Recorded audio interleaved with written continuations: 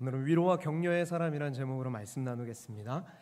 한국 리서치라는 여론 속 여론팀이 2023년 12월에 전국 만 18세 이상 남녀 1000명을 대상으로 설문조사를 했습니다. 질문 중에 하나가 최근 한 달 동안 외로움을 느낀 적이 있습니까? 라는 질문이었습니다. 여러분은 어떠십니까? 최근 한 달 동안 외로움을 느끼신 적이 있으십니까? 이 질문에 700명에 해당하는, 그러니까 10명 중 7명이 한 달에 외로움을 느꼈다, 한 달 중에 외로움을 느낀 적이 있다라고 대답했습니다. 그리고 그 외로움을 느낀 적 있다고 대답한 사람들 5명 중에 1명은 거의 한 달 내내 항상 외로움을 느꼈다라고 대답했습니다. 그리고 통계청은 국민 3명 중 1사람이 그렇게 외롭고 어려울 때 도움받을 사람이 없다라고 대답한 것으로 조사했습니다. 풍요 속 빈곤이라는 말이 있는 것처럼 우리 사회가 외형적으로는 많은 발전을 이루었지만 그 안에 사회에 있는 사회 구성원들이 오히려 심리적으로 더 위축되고 고립되는 현상이 공고해지고 있는 것입니다. 그리고 그 원인에 대해서 전문가들이 이렇게 말합니다.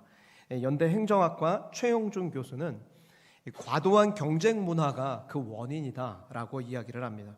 우리가 학업이나 진로를 넘어서 삶의 모든 것을 경쟁하듯 살고 있다는 거예요. 더욱이 사회 구조가 경쟁을 부추기고 또 실패를 용납하지 않는 분위기다 보니까 거기서 고립 현상이 발생된다라고 이야기합니다. 그리고 삼성서울병원 정신건강의학과 홍진표 교수는 개인 SNS를 통해서 사람들을 만나고 있는데 그 만남의 질이 너무 낮고 더군다나 상대방은 잘 먹고 사는 것 같은데 나만 뒤처지는 것 같은 마음이 그 개인 SNS를 하면서 그런 마음들이 부추겨지니까 더 우울해지고 심리적으로 고립되는 느낌을 많이 겪는다라고 대답했습니다. 여러분, 영국에서는 2018년에 이 외로움의 질병, 이것을 현대인의 질병으로 규정하고 사회적 처방에 나섰습니다. 단순히 약물을 처방해 주는 것이 아니라 환자의 사회적 활동을 처방해 주고 그러면 그와 짝이 되어 활동할 수 있는 사회적 처방 활동가가 단짝이 되어서 그에게 어떤 활동이 필요하다, 공원 산책이 필요하다 하면 그가 같이 공원 산책을 그 사람과 해주는 식으로 그렇게 어떤 활동을 하면서 그 만남 속에서 외로움을 극복하고 이겨낼 힘을 얻도록 그렇게 돕는 분위기를 만든 것입니다. 그런데 여러분, 우리 이 외로움과 고립의 문제가 영국 사회만의 문제가 아니라 우리 사회에도 심각한 문제입니다. 전문가들이 뭐라고 말하냐면 고립되거나 외로움이 심한 분들은 우선 건강관리를 안 한대요. 그리고 또 진단을 받아도 약이나 치료를 제대로 받지 않습니다. 그래서 그로 인한 의료 비용이 만만치 않게 발생하게 되고 운동도 안 하고 치료도 안 받으니까 오히려 그 병이 중증이 돼서 사회복지 비용도 커지게 되고 사회 부담도 많이 늘어나게 된다고 말합니다. 그래서 최용준 교수는 말하기를 청년들이 한 번 고립되면 연간 약 7조 원 정도의 사회적 비용이 발생하는 걸로 추정합니다. 그러니까 사회적 고립의 문제가 이제는 개인의 문제를 넘어서 어떻게 보면 우리 사회가 함께 그 손실을 감당해야 하는 상황이라고 말하고 있는 것입니다. 근데 근래에 주변에 보니까 우리 노년과 장년층은 물론 청년과 심지어 청소년들에게까지도 외로움의 문제가 있습니다. 청년들이나 노년 장년들은 외롭다 할 수 있지만 무슨 이렇게 부모님 품에 있는 청소년들이 외롭다고 느끼냐라고 반문하실지 모르겠는데, 여러분, 사실 청소년들에게 가장 중요한 게 부모님과의 관계보다 어떤 관계가 더 중요해요? 청소년들에게는 친구 관계가 굉장히 중요합니다. 그런데 이런 친구 관계가 중요한 아이들이 전학을 가정일이나 무슨 일 때문에 전학을 늦게 가든지 아니면 학교 배정을 받을 때 중학교 때 같이 이렇게 있던 아이들이 고등학교 때 다 A라는 고등학교 갔는데 나만 B라는 고등학교에 가게 되면 그러면 이미 거기에 견고하게 형성된 친구 관계에 끼이지 못하는 거예요. 그러면서 그 관계 속에서 외로움을 경험하게 되는 것입니다. 이 척박한 세상에서 하나님은 우리가 위로자와 격려자가 되어 살기를 원하십니다. 특별히 세상에서도 그렇게 살아야지만 교회 안에서는 더욱 사랑하고 위로하고 격려하는 사람이 되기를 원하는 것입니다. 그래서 데살로니가전서 4장 9절 말씀을 보니까 새번역 성경에서 이렇게 말합니다. 교우들에 대한 사랑을 두고서는 여러분에게 더 쓸 필요가 없겠습니다. 여러분이 직접 하나님께로부터 서로 사랑하라 하시는 가르침을 받아서 온 마게도냐에 있는 모든 형제 자매에게 그것을 실행하고 있기 때문입니다.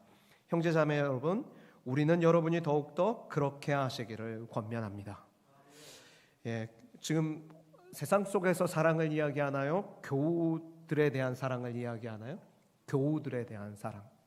오늘 저는 그래서 우리가 오늘 말씀을 실천할 대상을 가정과 교회로 좀 축소하기를 원합니다. 그렇게 이제 교회와 가정에 좀 축소해서 우리가 말씀을 듣길 원하는데, 특별히 오늘 본문 속에는 하나님 앞에서 위로자로 살았던 인물을 우리에게 소개하는데, 그의 원래 이름은 요셉이었습니다. 그러나 사도들은 그에게 또 다른 이름을 붙여주었는데, 그 또 다른 이름이 너무 유명해져서 우리는 그의 본명은 몰라도 바나바라는 그의 이름은 알고 있습니다. 바나바의 본래 이름이 요셉입니다. 36절 말씀에 바나바라는 이름의 뜻이 무엇입니까? 번역하면 위로의 아들이라 라고 말씀하죠. 여러분, 도대체 그는 어떤 삶을 살았기에 사도들로부터 위로의 아들이라 라는 이름을 얻었겠습니까? 그는 디아스포라, 흩어진 유대인이었습니다. 원래 레위인은 땅을 얻을 수 없어요. 기업으로 얻을 수 없는데, 그가 땅을 가진 것으로 보아 그는 흩어진 유대인이었기 때문에 땅을 소유하고 있었던 것 같아요. 그러니까 성전에서 일하는 사람이 아니었습니다. 제사장도 아니고 선지자도 아닙니다. 그러니까 오늘날로 얘기하면 평범한 레위인으로서 오늘날 공동체의 목회자나 중직자라기보다는 일반 성도에 가깝습니다. 그러나 사도행전을 읽다 보면 바나바는 초대교회 안에서 사도 바울의 버금가는 중요한 지도자의 역할을 감당하고 있음을 우리는 발견하게 됩니다. 무엇이 평범한 한 사람을 위대한 바나바, 위로의 아들로 세울 수 있었겠습니까? 아무도 알아주지 않던 요셉을 무엇이 그토록 위대한 그런 위로의 아들로 바꿔놓을 수 있었겠습니까? 이 질문에 대한 대답으로 사도행전이 우리에게 제시하는 바는 그가 바로 위로와 격려의 삶을 살았기 때문이다 라고 말씀합니다. 그래서 사도들은 본래 그의 이름보다 위로의 아들이라는 엄청난 이름을 붙여준 것입니다. 여러분, 외로움과 고립의 아픔으로 신음하는 사람들에게도 이 시대에 바나바가 필요합니다. 우리 가정에 그런 바나바가 필요합니다. 우리 교회 안에 그런 바나바가 필요한 거예요. 부모와 자녀 간에 그렇게 위로할 수 있는, 격려할 수 있는 사람이 필요하고, 우리 교회 안에 위로와 격려자가 필요합니다. 이 사회 안에 하나님 앞에 그렇게 바나바로서 쓰임받는 인물이 필요한 것입니다. 그러면 우리는 어떻게 살아갈 때 이 시대의 바나바와 같이 위로와 격려의 사람이 돼서 가정과 교회를 세울 뿐만 아니라 이 사회를 건강하게 세우는 영적인 리더가 될 수 있겠습니까? 오늘 저는 세 가지로 이 질문에 대한 대답을 드리고자 합니다. 첫째로는 타인의 필요를 채우는 사람이 되어야 합니다. 다르게 말하면 나의 성공을 위해서가 아니라, 나의 성공만을 위해서가 아니라 타인의 회복을 돕는 자로 우리가 살아야 합니다. 34절과 35절 말씀 우리 같이 한번 읽겠습니다. 시작. 그 중에 가난한 사람이 없으니 이는 밭과 집 있는 자는 팔아 그 판 것의 값을 가져다가 사도들의 발 앞에 두매 그들이 각 사람의 필요를 따라 나누어 줌이라. 아멘. 예수 믿고 구원받은 각 사람 속에 성령님께서 임하시자 이제 그들은 더 이상 자신의 성공만을 위해서 살지 않습니다.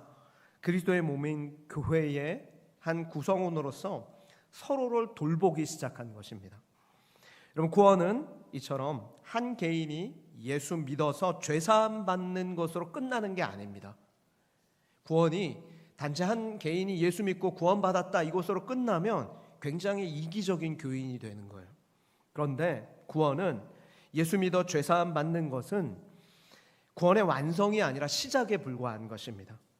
이제 구원받은 사람의 기준은 자기 성공과 자기 높임이 아니라 하나님의 영광과 하나님의 찬송으로 그의 삶의 기준이 바뀌기 시작합니다.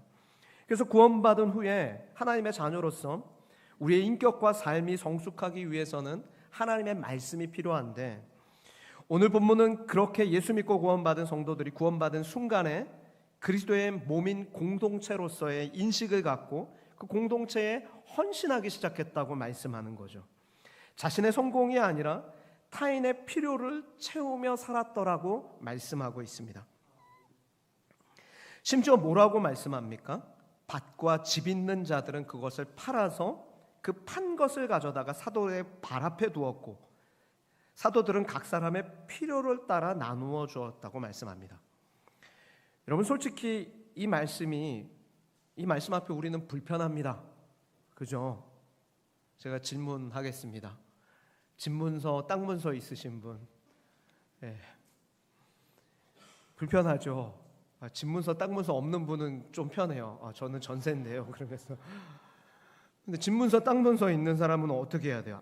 내가 가진 집문서나 땅문서 다 내놓고 팔아서 나누어줘야 하나님 기뻐하시는가?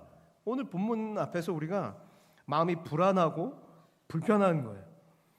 그런데 여러분, 우리가 그 행위 자체가 아니라 그 행위 자체를 그대로 오늘을 사는 우리에게 1대1로 적용할 수 없어요.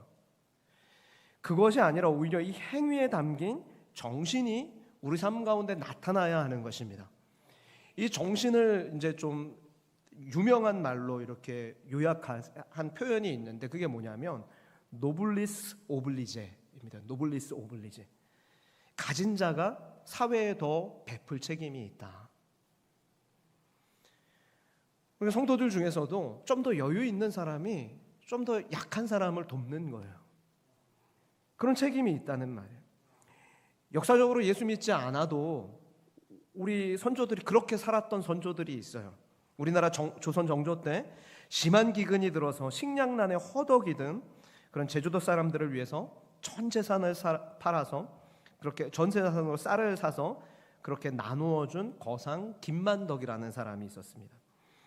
그리고 우리 집을 중심으로 백리 안에 굶는 이가 없도록 하라, 그 신념을 갖고 실천했던 경주 채부잣집이 있었습니다.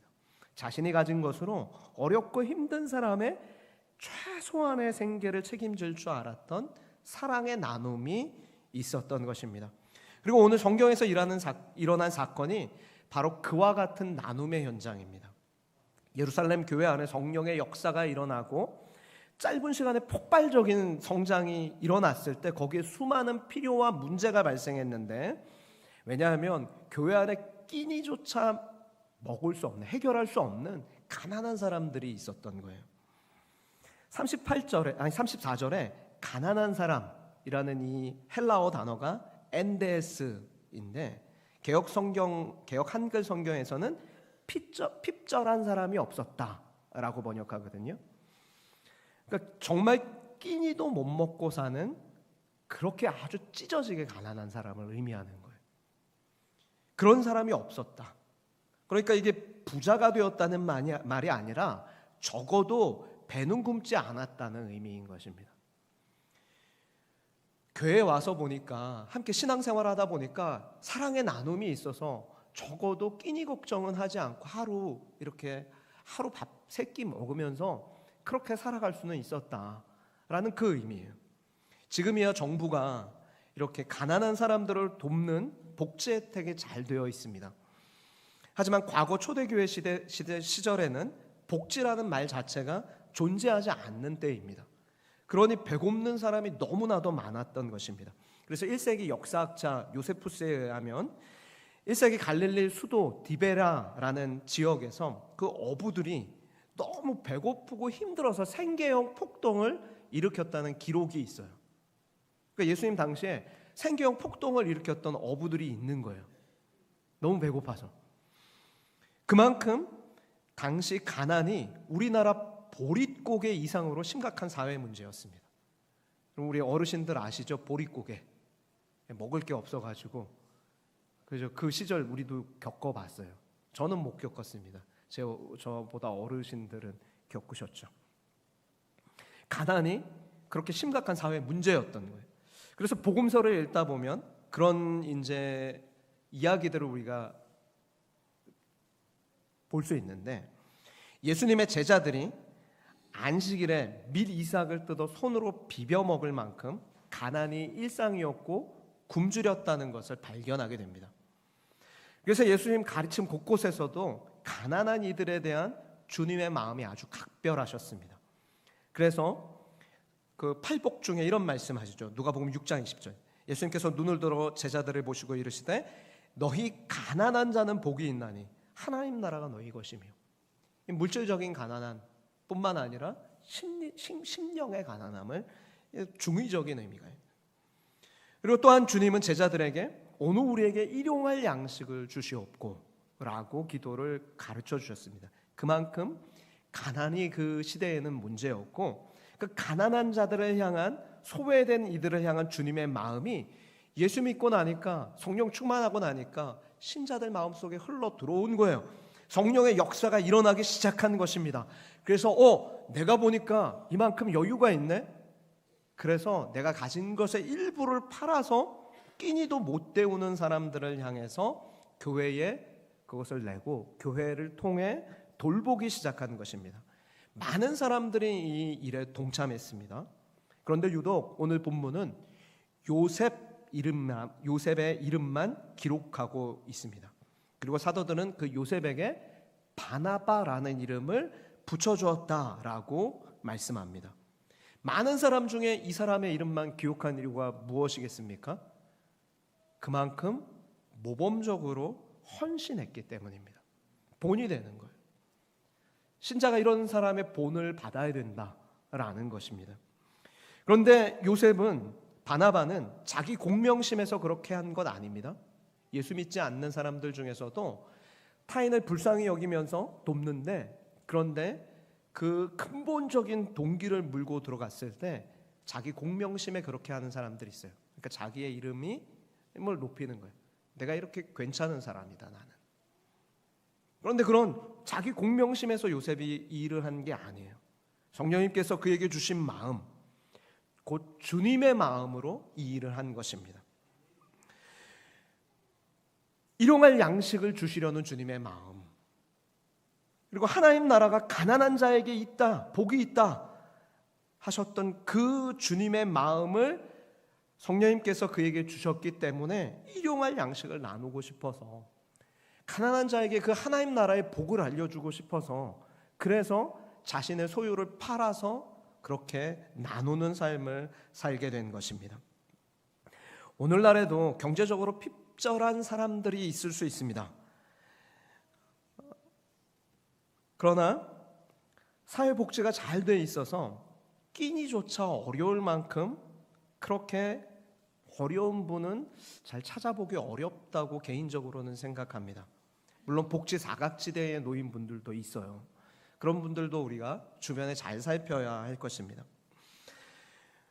오늘날은 그렇기 때문에 이 먹고 사는 물질의 가난보다는 정서적 가난, 정서적으로 단절된 경험을 하고 외로움에 빠진 분들이 더 큰 문제라고 생각을 합니다. 그들은 내가 어려움에 빠졌을 때 아무도 나를 도울 사람이 없다고 생각합니다.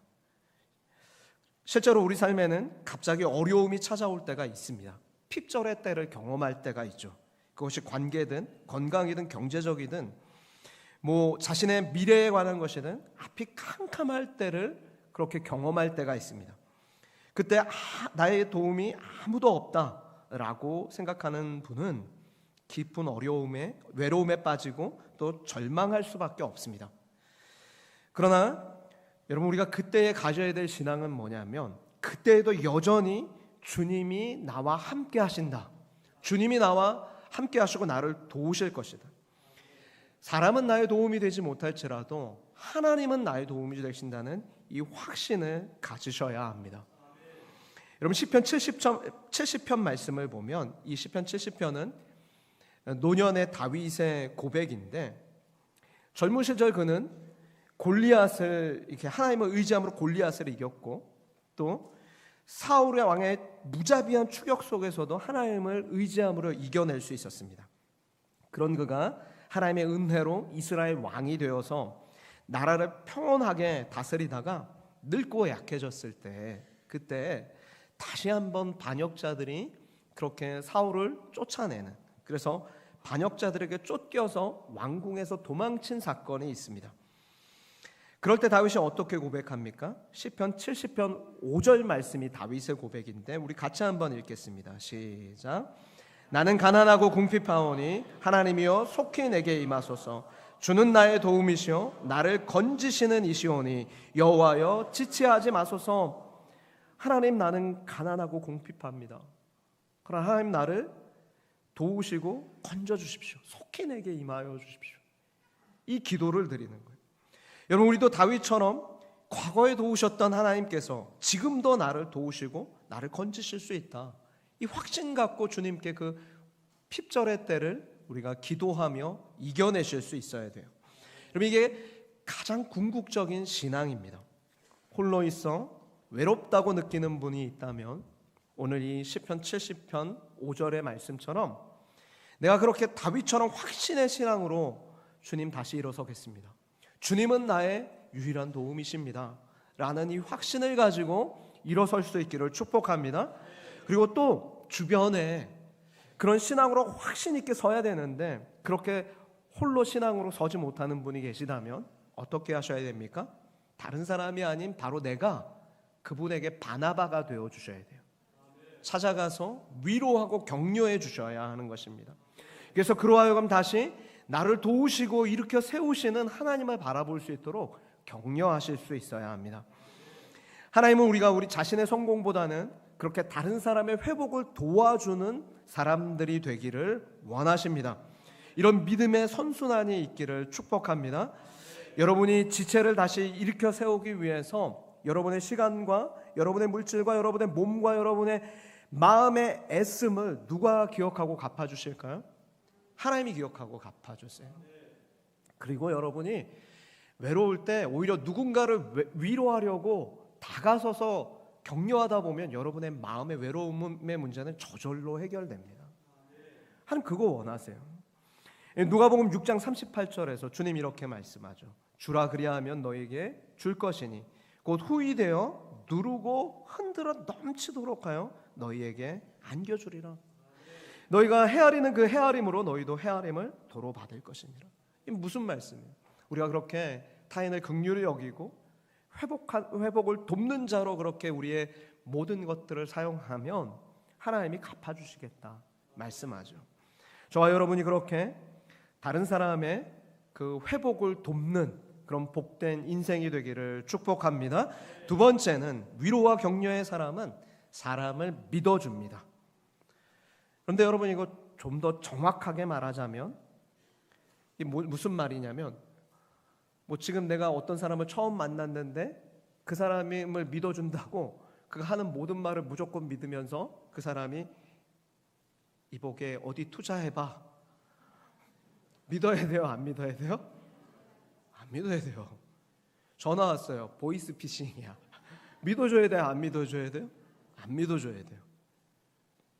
투자 권유나 다단계나 보이스피싱이나 교회 안에서는 다단계 하면 안 되죠. 왜냐하면 이게 방법 자체가 나쁘다는 게 아니라 그러면 사람들이 더 이상 성도로서 순수한 그런 믿음의 교제로 보이지 않고 어떻게 보이게 되냐면 내가 그 사람을 내 밑으로 데리고 와야 될 대상으로 보이기 때문에 다단계는 하시면 안 되는 거예요. 교회 안에서.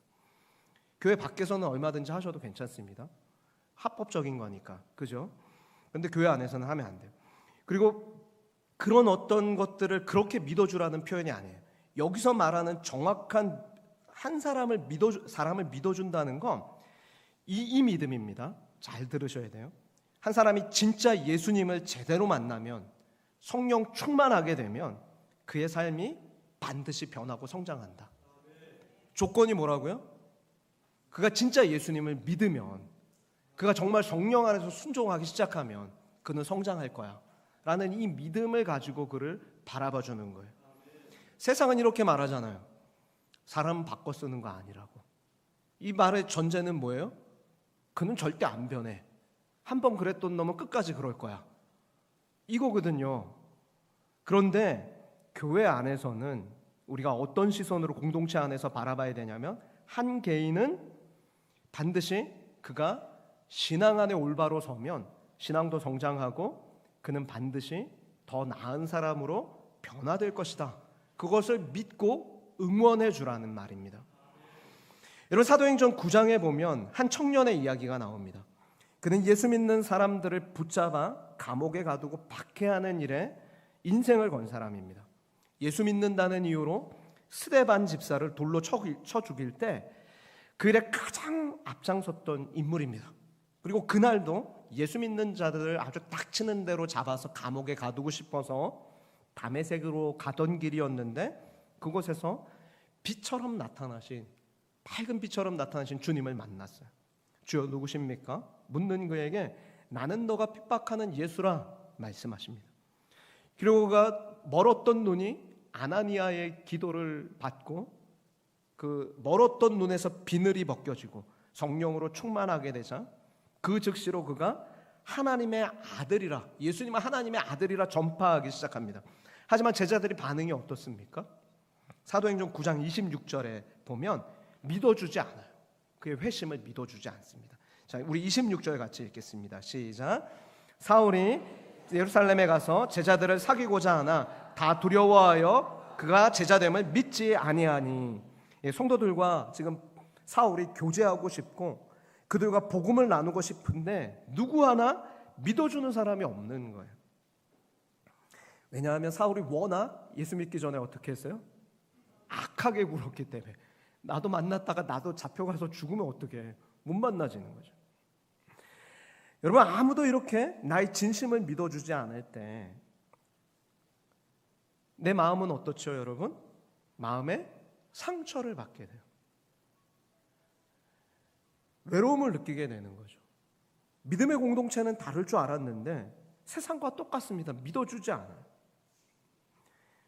교회에 왔는데 누구 하나 마음을 열어주고 친구가 되어주는 사람이 없는 거예요. 그러면 그 외롭고 소외된 마음을 여러분은 아십니까? 그런 마음을 아세요? 저는 여러분이 아시기를 바랍니다. 이게 모르신다는 건 그만큼 이렇게 관계가 좋다는 거에서 감사한데, 아셔야 된다고 이야기하는 건 아셔야 교회 안에 누군가 새 가족들이 왔을 때 내가 저분의 친구가 되어줘야겠다. 저분이 아직 아는 사람이 없으니까 외롭겠지? 그러면 내가 친구가 돼서 외로움이 없도록 해야겠다는 마음을 가질 수 있기 때문입니다. 책 중에 모든 사람이 새 가족부다라는 책이 있어요. 자, 누가 새 가족부라고요? 모든 사람이. 그럼 우리 성산교회 누가 새 가족부입니까? 그러면 새 가족이 왔을 때, 처음 누가 교회 방문했을 때 누가 따뜻하게 맞아줘야 됩니까? 내가 맞아줘야 되는 거예요.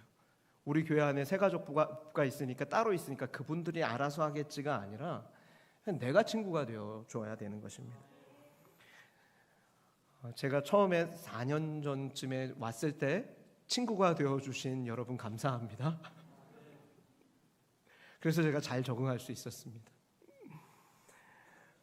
그렇게 우리 지금, 근데 사울이 예루살렘 교회 가서 그렇게 사귀고 싶었는데 아무도 그를 믿어주지 않아요. 그런데 그때 바나바가 나타납니다. 사도행전 9장 27절 말씀 우리 같이 한번 읽겠습니다. 시작. 바나바가 데리고 사도들에게 가서 그가 길에서 어떻게 주를 보았는지와 주께서 그에게 말씀하신 일과 다메섹에서 그가 어떻게 예수의 이름으로 담대히 말하였는지를 전하니라. 여러분, 이게 얼마나 놀라운 일인지 아십니까? 사실 바나바는 사울이 길에서 예수님을 만난 사건을 눈으로 봤습니까? 못 봤습니까? 못 봤어요. 그에게 예수님께서 하신 이야기를 들었습니까? 못 들었습니까? 못 들었습니다. 그런데 예루살렘 교회 성도들에게 사울을 대신해서 그 회심 사건을 전하고 있습니다. 왜 이렇게 하고 있습니까? 아무도 믿어주지 않을 때 바나바가 사울을 믿어주었기 때문입니다. 만약 바나바조차도 바울을 믿어주지 않고 그를 중재해주지 않았다면 아마도 바울은 일평생 홀로 복음을 전하려고 애쓰다가 교회 안에, 초대교회 안에 어떤 선한 영향력도 끼치지 못하고 생을 마감했을지도 모릅니다. 그러나 바나바가 사울의 이야기를 들어주고 믿어주고 화해 관계를 맺을 수 있도록 중재해줬을 때 예루살렘 성도들이 바나바의 인격을 믿었기 때문에 사울을 믿은 게 아니에요. 바나바의 인격을 믿었기 때문에 사울을 믿어주고 받아주고 세워줬던 것입니다. 주님은 우리도 이렇게 예수님 안에서 한 사람이 변화될 수 있다는 사실을 믿어주길 원하십니다. 마치 예수님께서 사울을 믿어주고 그를 만나주셨고 이후에 이방인의 사도로 바울을 쓰임받게 하셨던 것처럼, 그리고 또한 예수님께서 시몬을 처음 보셨을 때 그의 형편없는 믿음의 수준이 아니라 그를 어떻게 부르셨죠? 무엇을 보셨죠? 무엇을 기대하셨죠? 장차 개바라, 장차 반석 같은 인물로 너가 쓰임받게 될 것이다. 그것을 믿어주고 세워주셨던 것처럼 우리도 내게 붙여주신 사람들을 그렇게 예수님 안에서 그의 가능성을 바라보고 지지해주고 격려해주기를 원하시는 것입니다. 그렇게 믿어주는 한 사람 때문에 그의 삶이 바뀌고 역사가 일어나는 것입니다. 여러분, 이 EBS 다큐 프라임 공부 못하는 아이 3부에 나왔던 이야기입니다. 거기에 토드 로즈 교수가 나와요. 제가 몇 번 이야기했는데 이 토드 로즈는 하버드 대학 지금 교수인데 다큐멘터리 어디 나왔다고요? 공부 못하는 아이. 그리고 고등학교 때 성적표가 올 F였습니다. 그랬던 이 친구가, 이 교수가 어떻게 지금 하버드 대학의 교수가 될 수 있었어요? 믿어주는 엄마 아빠가 있었기 때문에. 남들은 다 안 믿어줬는데, 학교 선생님조차 안 믿어줬는데, 너 어디서 이 시 베꼈어? 라고 이야기하면서 안 믿어줬는데 유일하게 믿어주는 엄마 아빠가 있었기 때문에 그렇게 하버드대 교수가 된 거예요. 저는 이 시대에 우리 성산교회에서 자녀를 키우시는 부모님들, 자녀를 믿어주십시오. 그의 가능성을 믿어주십시오. 믿음의 힘이 얼마나 큰지를 알기 원하시는 분은 오늘 집에 가서 EBS 다큐 프라임 공부 못하는 아이 3부를 찾아보십시오. 거기에 아주 믿음이 얼마나 중요한가를, 믿어주는 것이 얼마나 중요한가를 잘 보여주고 있어요. 여러분, 믿음의 얼굴을 가졌는가라는 시가 있습니다. 제가 여러분에게 그 시를 소개하고 싶습니다. 이 폭풍 치는 바다에서 한 배를 탄 사람은 무엇을 바라보는가? 파도를 바라보는 것이 아니다. 선장의 얼굴을 본다. 사람의 얼굴을 본다. 믿음을 잃어버리면 그 순간 사람들은 서서히 파도 속으로 빠져들어간다. 여러분, 무슨 말이에요? 선장과 선원들이 서로의 얼굴을 보고 해낼 수 있어 라고 믿는 순간 그 파도를 이겨나갈 수 있지만 믿지 않으면 어떻게 된다고요? 파도 속으로 빠져들어간다.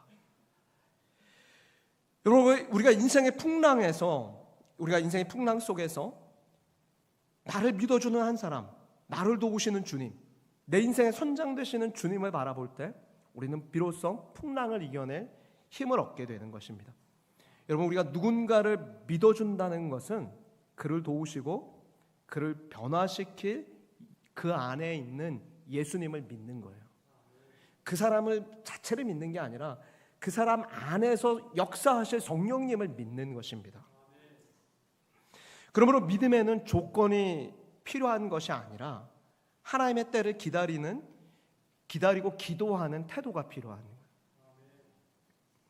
누군가를 믿어준다고 할 때는 믿을 수 없는 상황에서도 한 번 더 믿어주는 것을 의미합니다. 여러분, 고통받고 있는 그에게 그럴 만한 이유와 사정이 있겠지 생각하면서 손해볼 각오를 하고 믿어주는 거예요. 예수님께서 자기에게 있는 사람들을 어떻게 하셨죠? 사랑하시되 끝까지 사랑하셨다 말씀하죠. 그리고 예수님이 베드로를 손해볼 각오를 하고 믿어주셨어요. 누가복음 22장 31절에서 32절 말씀입니다. 같이 한번 읽겠습니다. 시작. 시몬아 시몬아 보라 사탄이 너를 밀가부르듯 하려고 요구하였으나 그러나 내가 너를 위하여 내 믿음이 떨어지지 않기를 기도하였노니 너는 돌이킨 후에 내 형제를 굳게 하라. 아멘. 주님의 이 믿음이, 주님의 이 기도가 시몬을 반석 같은 베드로로 변화시켜 주셨던 것처럼, 그리고 바나바가 사울을 믿어줌으로 그가 예루살렘 교회에서 하나님 나라를 위해 귀하게 쓰임받는 이방인의 사도가 될 수 있었던 것처럼, 여러분은 또 넘어지고 또 쓰러질 것이지만 주님은 그런 여러분이 시몬에서 베드로처럼 반석 같은 인물로 서게 될 것을 믿어주시고 그 안에서, 여러분 안에서 역사해 주실 것이기 때문에 저 또한 여러분을 믿어주겠습니다. 여러분 역시 서로를 믿어주고 격려하는 복된 인생이 되기를 축복합니다. 세 번째로, 위로와 격려의 사람은 넘어진 사람을 일으켜 세워줍니다. 사도행전 15장에는 우리에게 꽤나 충격적인 모습이 소개됩니다. 그렇게 예수님께 자신의 삶을 바친 바울, 사도 바울, 예수님께 완전히 미친 사람이잖아요. 그죠? 그런데 그런 바울과 이토록 탁월한 인격을 가졌던 바나바, 위로의 아들이었던 이 바나바가 서로 싸우는 갈등을 일으키는 내용이 사도행전 15장에 나옵니다. 15장 39절 40절 말씀을 보면 어느 정도로 두 사람 사이에 갈등이 생겼냐면, 우리 같이 한번 읽어보겠습니다. 사도행전 15장 39, 40절 시작. 서로 심히 다투어 피차 갈라서니 바나바는 마가를 데리고 배 타고 구브로로 가고 바울은 실라를 택한 후에 형제들에게 주의 은혜에 부탁함을 받고 떠나라고 말씀합니다.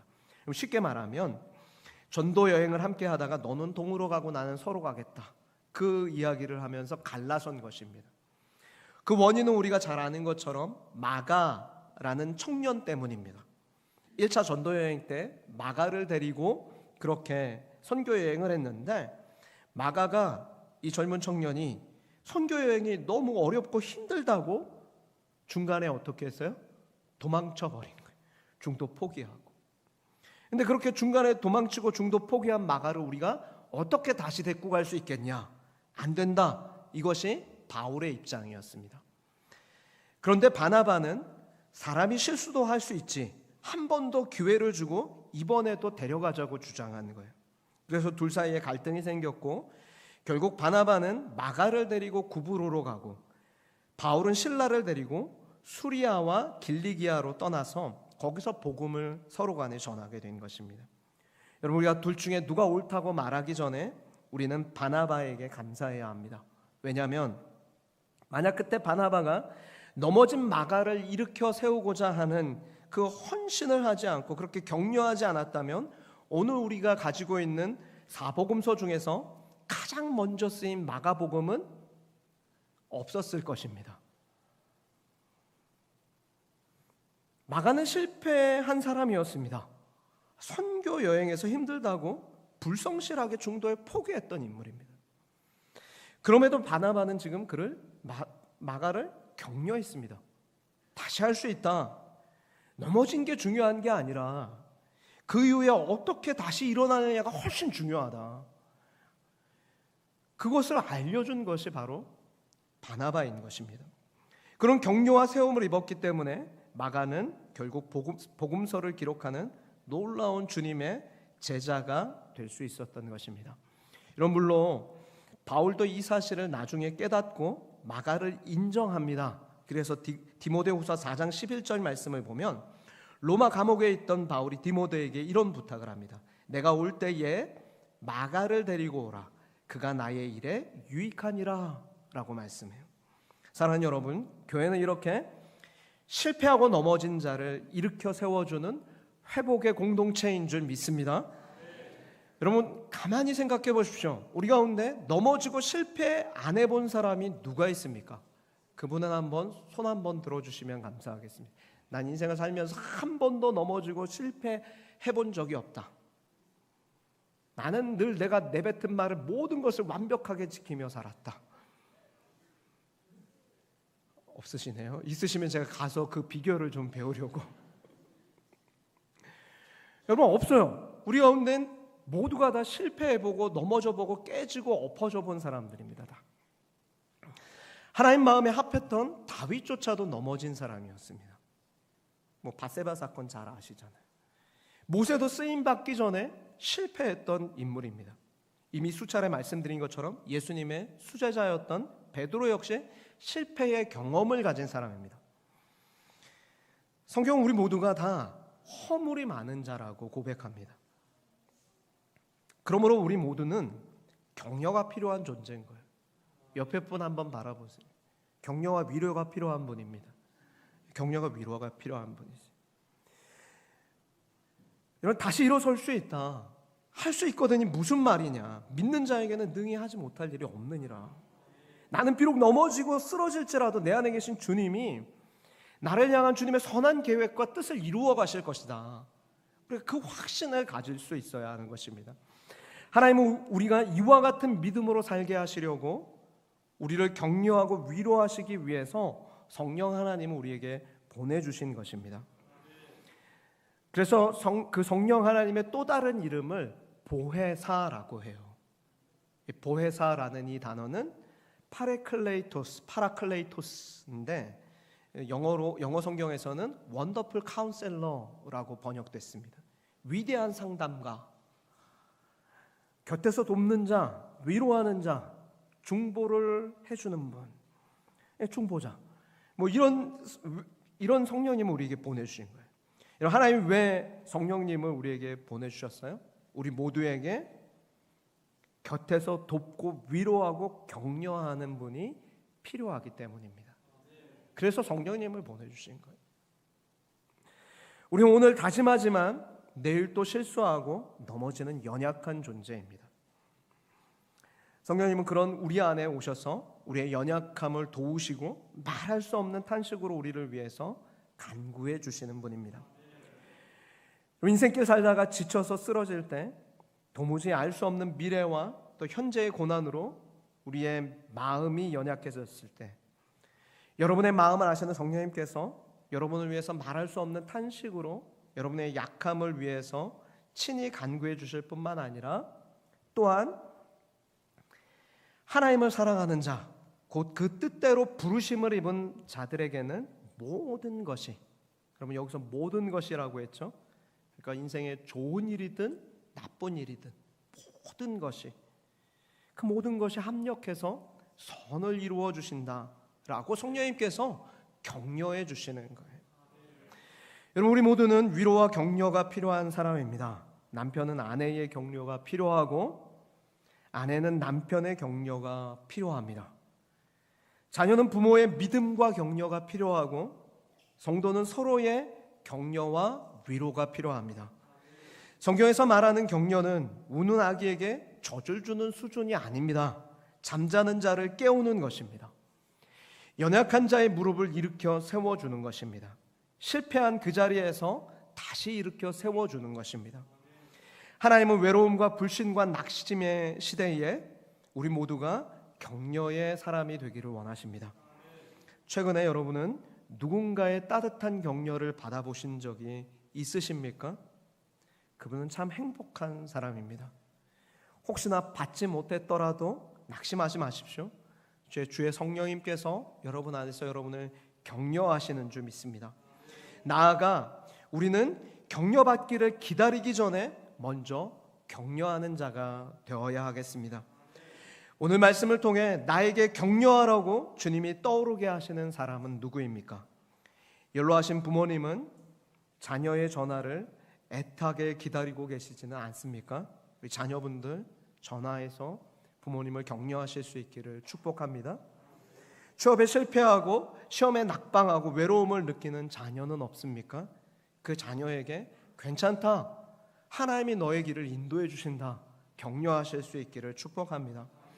여러분의 기도와 따뜻한 말 한마디에 또 소박한 식사 대접에 이로 인해서 격려받게 될 사람이 여러분 주변에 있지는 않습니까? 그런 분들을 돌아보실 수 있기를 축복합니다. 하나님은 오늘 우리가 이 시대에 위로와 격려의 사람 바나바가 되기를 원하십니다. 그런 여러분을 통해서 바울이 세워지고 마가가 회복되었던 것처럼 그렇게 외로움과 낙심의 시대 우리도 위로와 격려의 사람 바나바와 같이 우리의 가정을 세우고 교회를 세우고 또 부부간에 서로를 격려하고 성도 간에 믿음을 세워주는 복된 인생이 되실 수 있기를 주님의 이름으로 축복합니다. 기도하겠습니다. 하나님 아버지,